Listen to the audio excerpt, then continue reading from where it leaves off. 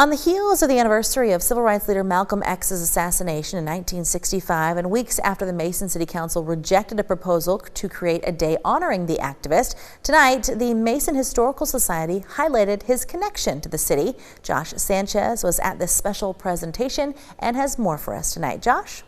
Siobhan, well, tonight's talks follows 2 weeks of criticism over how the human rights leader is being remembered in town. One of the presenters says he hopes this adds a bit more context to the debate.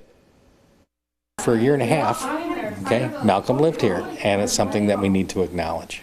Doug Klein is with the Mason Historical Society and was invited to share a look at Malcolm X's time in the city by the Equity Task Force in Mason, a group focused on promoting diversity and inclusion practices in the community. In the last 2 weeks, the City Council has faced criticism by some community members after it voted against a Malcolm X Day of observance. Though Klein says he wanted to avoid the politics, he's glad to have had the chance to share a little-known truth about Mason. If you don't read about it, you don't hear about it, you don't know it.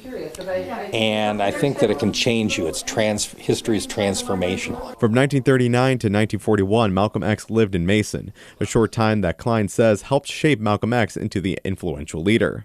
He did very well in his 8th grade year. In fact, that's where he found out that he really liked the idea of speaking in front of groups of people.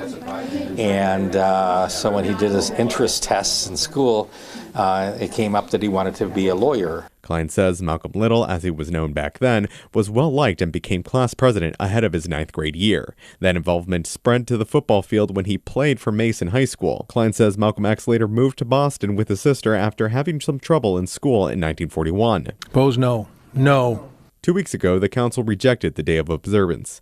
The mayor tells 6 News while he understands the request for the motion, right now he believes city officials should focus on matters concerning city government.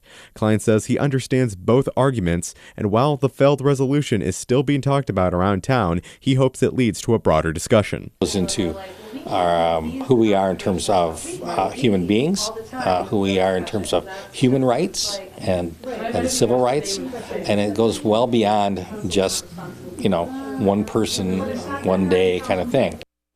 Now, Klein says he likes the idea of a permanent exhibit like the one in the Mason Historical Museum. He says it keeps the experiences and the memory of Malcolm X together with more context. Siobhan?